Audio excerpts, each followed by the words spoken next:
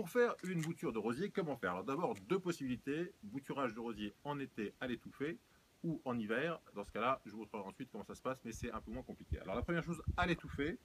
Pour faire cela, vous avez besoin de 2 bouteilles en plastique, d'eau, de soda, même de soda c'est plus résistant, enfin l'eau ça ira bien. Et le but du jeu étant de transformer ces 2 bouteilles en une petite serre artisanale et économique. Alors pour faire ça c'est très simple, vous prenez une première bouteille que vous allez découper au niveau du goulot, comme ceci. Voilà. Voilà, donc là vous avez la première partie. Ce que vous pouvez faire, c'est faire un côté plus propre avec une paire de ciseaux pour que ça soit bien propre. Voilà. Cette bouteille-là, ce sera donc le culot. Il faut faire des trous de drainage pour que l'eau circule. Donc au niveau de la base, on coupe un petit trou ici et un petit trou de l'autre côté. Donc là, vous voyez que l'eau va pouvoir circuler par ces 2 trous. Ça, c'est donc pour la partie du culot. Pour la partie supérieure, c'est l'inverse. Vous allez couper, bon, déjà vous allez enlever l'étiquette parce que ça peut être gênant pour la lumière dont on aura besoin de la plante ensuite. Vous allez couper la base de la bouteille.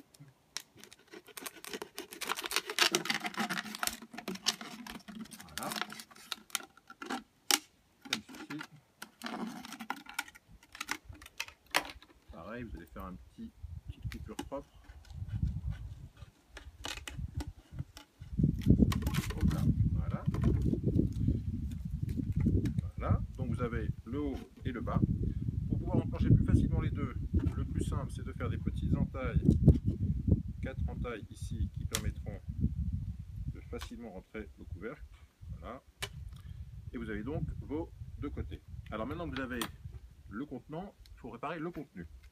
Alors pour le contenu, il vous faut de la terre de jardin, bien tamisée, bien sans petit bout de quoi que ce soit dedans. Et il vous faut du terreau avec du sable et un mélange de terreau et de sable, que ce soit bien drainant. Alors, ce que je vais faire, ça je vais mettre en attendant.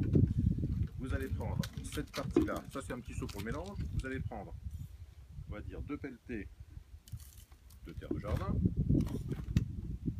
Voilà. Même 3 on va dire.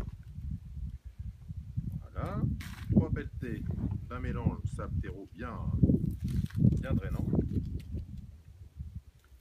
Voilà. Vous allez bien mélanger le tout pour que ça fasse un mélange bien homogène. Ensuite, vous prenez votre partie basse, donc le culot, vous allez remplir de terre évidemment. Voilà. Voilà.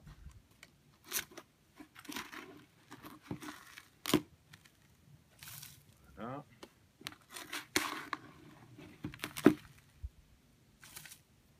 Voilà, pour l'instant vous avez vu que la terre n'est pas du tout humide, c'est exprès. Voilà. Hop. Voilà, donc vous avez votre pot de fortune qui est prêt à être utilisé. Maintenant évidemment il vous faut une bouture. Donc vous allez prendre le rosier que vous souhaitez bouturer, par exemple celui-ci, ça tombe bien. Vous allez prendre une branche de l'année qui est en feuille et vous allez choisir un plan avec une bouture avec au moins 4 œils, c'est-à-dire 4 départs de feuilles. Donc on va compter 1, 2, 3, 4 et on va couper sous un départ de feuilles. Donc vous voyez ici j'ai bien un départ, 2 départs, 3 départs, 4 départs. On va enlever celui du bas. On va même pouvoir enlever les petits aiguillons qui risquent de nous faire mal pour rien. Et je vais enlever celui du bas encore. Voilà, j'ai donc plus que 2 départs de feuilles. Je vais alléger un peu pour que ça prenne pas trop de place dans la bouteille. Donc je coupe les feuilles qui sont un peu trop longues. Vous avez donc votre bouture qui est prête. Maintenant, vous prenez un petit coup de salive. Et alors c'est pas indispensable, mais on va dire que c'est mieux. Vous utilisez de l'hormone de bouturage qui permet d'accélérer la prise des racines. Donc, vous allez voir un petit peu de poudre comme ça qui va se former sur la base de la bouture. Vous avez donc votre bouture qui est prête. Ensuite, avec un petit crayon que j'ai oublié, mais c'est pas grave, on va faire ça avec un couteau. On va faire un trou dans le mélange que j'ai fait là. Voilà. Et avec ce trou qui a été fait, on va pouvoir rentrer la bouture dans le pot.